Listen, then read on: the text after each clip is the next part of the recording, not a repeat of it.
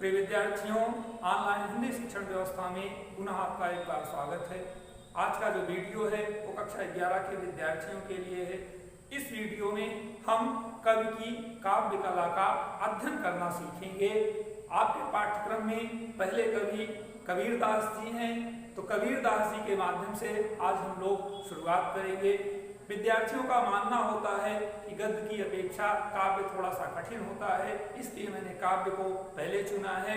एक बात और आप ध्यान देंगे, अभी आप कक्षा 10 पास होकर के आए हैं, तो इसलिए नए स्वरूप में आपको ढलना, थोड़ा सा संघर्ष करना पड़ेगा। लेकिन आज हम इतने सरल सहज ढंग से बताएंगे कि आपको थोड़ा सा भी संघर्ष नहीं करना होगा।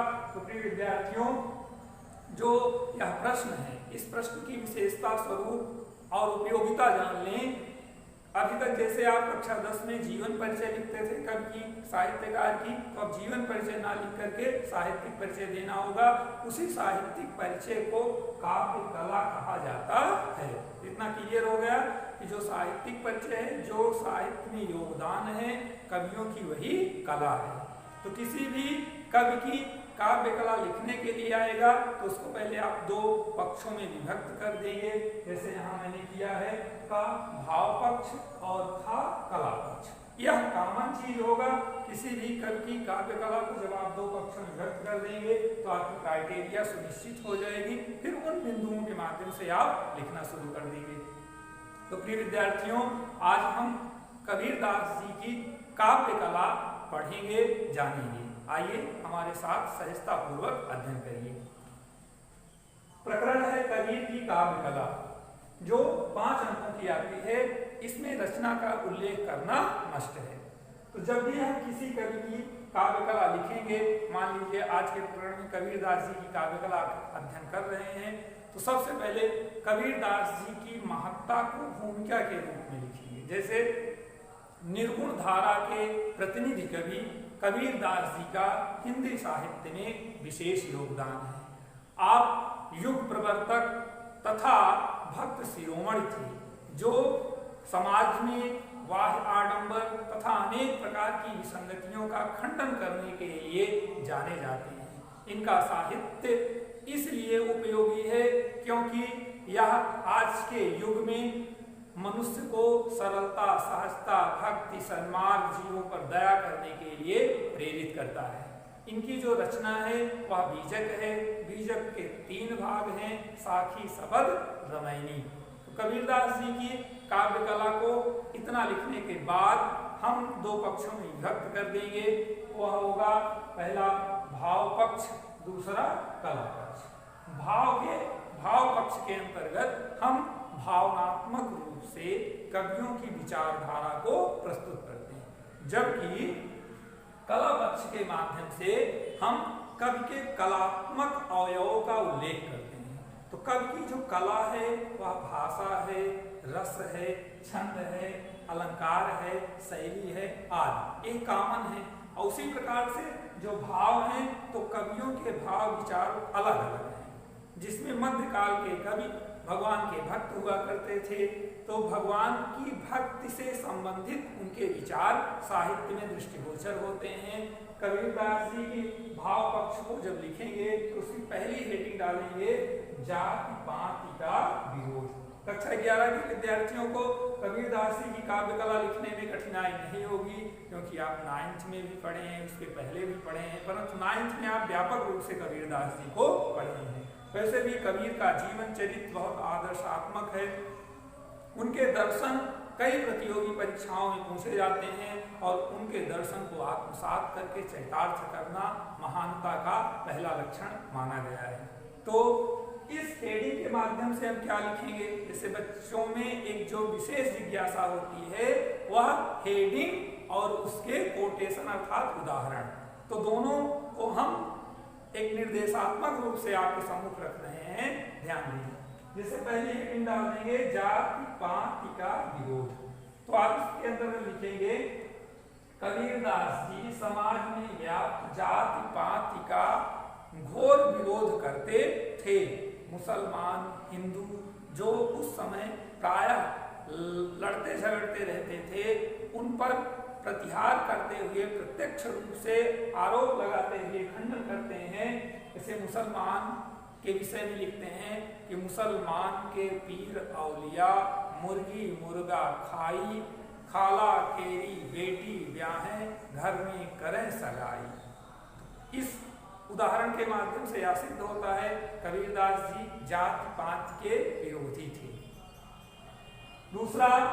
दूसरी हेडिंग डालेंगे, कबीरदास के भाव पक्ष की दूसरी विशेषता होगी जीवों पर दया करना। मनुष्य इतना निष्ठुर, कठोर, निरंकुश हो गया है कि वह अपने आगे छोटे मोटे जीव जंतुओं को नहीं देखता है। तो विचारणीय बिंदु है। या इस हेडिंग में आप लिखेंगे कि कबीरदास जी जीवों पर दया करने की शिक्षा देते हैं। उनका मानना है कि सभी जीव भगवान के द्वारा निर्मित किए गए इस सृष्टि के पूरक अवयव हैं, इसलिए सभी जीव जंतुओं पर दया करना मनुष्य का पहला कर्तव्य होना चाहिए। एक उदाहरण देते हैं, समाज का जो सबसे सीधा साधा जीव है वह है बकरी। बकरी का उदाहरण देते हुए कबीरदास जी लिखते हैं कि बकरी पाती खात है ताकि काढ़ी खाल, जो नर बकरी खात है ताको कौन हवा। अर्थात बकरी को आपने देखा है, बकरी के पालनकर्ता जो होते हैं वो उसके लिए कोई विशेष प्रबंध नहीं करते हैं, ना हरे चारे का, ना भूसे का, ना दाने इत्यादि का। उसको खोल देते हैं, ऐसे ही घास फूस वृक्ष के पत्ते इत्यादि खाकर अपना पेट भर लेती है। लेकिन फिर भी मनुष्य उस बकरी की खाल काटता है, उसके मांस को बेचता है, खाता है। इतनी निरंकुशता उसके साथ वह प्रकट करता है। तो कबीरदास जी ध्यान दिला रहे हैं कि जो नर बकरी खात है ताको कौन हवाल। बकरी ने तो पत्ते आदि खाकर अपना पेट भर लिया, तो उसके साथ ऐसा बर्ताव किया गया कि जो नर बकरी खात है, जो व्यक्ति बकरी खा रहा है ताको कौन हवाल, ईश्वर के यहाँ उसका क्या हाल होगा।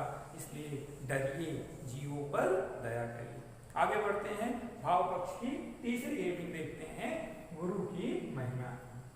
कबीरदास जी ने गुरु को सर्वश्रेष्ठ माना है। उनका मानना था गुरु एकमात्र तत्व है, व्यक्ति है, माध्यम है, जिसके द्वारा जीव का उद्धार होता है। जीव मोक्ष की प्राप्ति करता है तो सिर्फ गुरु के द्वारा।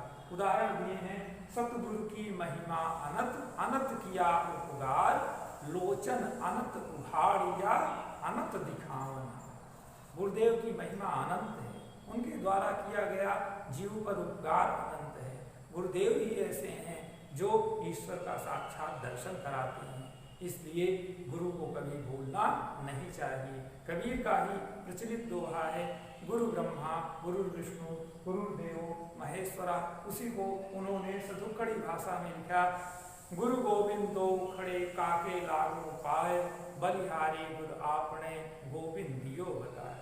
भगवान से भी श्रेष्ठ कबीरदास जी ने गुरु की महत्ता प्रतिपादित की है, इसलिए हम तीसरी हेडिंग में गुरु की महिमा का वर्णन करेंगे।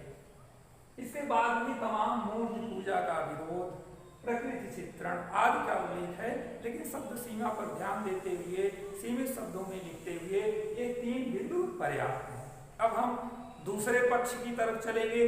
दूसरा पक्ष जो हमारा है वह भाषा का है। भाषा में लिखेंगे, जैसा कि जानते हैं कबीर की कोई शिक्षा हुई नहीं थी, उन्होंने स्वयं लिखा है, मसी कागज छुयो नहीं, कलम गयो नहीं हाथ। कबीरदास भी पढ़े लिखे थे ही नहीं, तो उनकी कोई स्त्री भाषा भी नहीं थी, इसीलिए आलोचकों ने उनकी भाषा को सदुक्कड़ी कहा है। सदुक्कड़ी, रामचंद्र शुक्ल जो श्रेष्ठ सदुक्कड़ी आलोचक थे, वो कबीरदास जी की भाषा को क्या माना है? सदुक्कड़ी। हजारी प्रसाद द्विवेदी जी कबीर पर PhD किए, BHU में हेड ऑफ डिपार्टमेंट थे, तो उन्होंने कबीर की भाषा को पंचमेल, पंचमेल का मतलब होता है खिचड़ी, मिली जुली, अनेक प्रकार के शब्दों से मिली जुली भाषा कहा है। इस प्रकार आप लिखेंगे। शैली का मतलब होता है स्टाइल, जैसे अंग्रेजी के शब्द में स्टाइल समझे, शैली अर्थात लिखने का ढंग, लिखने का माध्यम। तो कबीरदास जी की शैली जो है वो मात्रिक है, और उस मात्रिक में भी दोहा इनकी सबसे प्रिय शैली है। इसको आप लिखेंगे और कोई भी उदाहरण लिख देंगे, भाषा में, शैली में कोई भी उदाहरण आप लिख सकते हैं। पुस्तकों में देख करके दोहे को खूब सुंदर ढंग से लिखेंगे। रस, इसके बाद रस लिखेंगे तो कबीरदास जी का जो प्रधान रस है वह है शांत रस। जीवात्मा को संतुष्ट करने के लिए कबीरदास जी के दोहों का अध्ययन करना अपेक्षित है, बहुत महत्वपूर्ण है। जैसे ही पढ़ेंगे आप आनंद की अनुभूति होने लगेगी। यह ऐसा संसार है जैसे सेमल फूल, दिन दस के व्यवहार को झूठे रंग न फूल। कबीरदास जी का दोहा है। रस लिखेंगे तो झूठे सुख को सेमल के फूल के रूप में चित्रित किया गया। कबीरदास जी कि इस रस से शांति की अनुभूति होती है। तो प्रिय विद्यार्थी, इस प्रकार से हम कबीर की काव्य कला को लिखेंगे। इसके पश्चात हम हेडिंग डालेंगे रचनाएं और लिखेंगे। कवियों की अनेक रचनाएं होती हैं, परंतु भक्त कबीर, बिहारी लाल जैसे कवियों की एक एक मात्र ही रचना है। तो आप लिखेंगे बीजक। कबीरदास जी की जो एक रचना है वो है बीजक। बीजक अरबी शब्द है जिसका अर्थ होता है ज्ञान या प्रकाश पुंज। इसके 3 भाग हैं, साखी, सबद, रमैनी। साखी साक्षी शब्द का अपभ्रंश है। आत्मा और परमात्मा के एकीकरण में इन दोनों को कबीर ने प्रस्तुत किया है। सबद देशज शब्द है। सबद का अर्थ हुआ पद, जैसे सूरदास का पद पढ़े, मुक्तक पढ़े तो यह सबद। और पंजाबी में सबद गाया जाता है तो पंजाबी शब्द है सबद। इसको हम ऐसे भी समझ लेंगे भजन। हम लोग जिसको भजन कहते हैं वही सबद है। आगे चलते हैं। जो तीसरा भाग है रमैनी। राम के युक्त या ज्ञानाश्रयी धारा के कवि होने के कारण जो आत्मा की विशेषता बताई गई है, ऐसे पदों को कबीर ने रमैनी के शीर्षक में प्रस्तुत किया है। तो प्रिय विद्यार्थियों, काव्य कला में ये 2 चीजें प्रधान हैं। एक तो भाव पक्ष, कला पक्ष, दूसरा उनकी रचना, और तीसरी जो हेडिंग डालेंगे वह होगी हिंदी साहित्य में स्थान। उपसंहार किस निबंध में लिखते हैं तो हिंदी साहित्य में स्थान। इसके माध्यम से आप कवि की विशेषता को हिंदी साहित्य के माध्यम से प्रस्तुत करेंगे। उदाहरण स्वरूप समझें, जैसे कबीर का हिंदी साहित्य में स्थान लिखेंगे तो आप लिखेंगे कबीरदास जी का हिंदी साहित्य में गौरवशाली स्थान है। आप हिंदी साहित्य में धवल नक्षत्र के, शरद ऋतु के नक्षत्रों की भांति दैदीप्यमान हैं। आपके साहित्य सदैव लोगों को प्रेरित करके सन्मार्ग पर लाने की सफल चेष्टा करते रहते हैं। तो प्रिय विद्यार्थियों, आज के वीडियो में हम कवि की काव्य कला को लिखने का प्रयास करेंगे, समझेंगे। वीडियो के द्वारा ही आप पुस्तक का सहारा लेंगे, तुरंत सहजता पूर्वक आप लिख लेंगे, उसमें से उदाहरण ले लेंगे, इन हेडिंगों का प्रयोग करेंगे। कल के वीडियो में हम कबीरदास जी के साखी, पद और रमैनी जो पाठ्यक्रम में है उसकी व्याख्या का अध्ययन करेंगे। आज थोड़ा सा घर पर आप उसके विषय में पढ़ लेंगे ताकि व्याख्या करते समय आप सरलता सहजता पूर्वक ग्रहण कर लें। घर पर रहें, प्रसन्न रहें। धन्यवाद।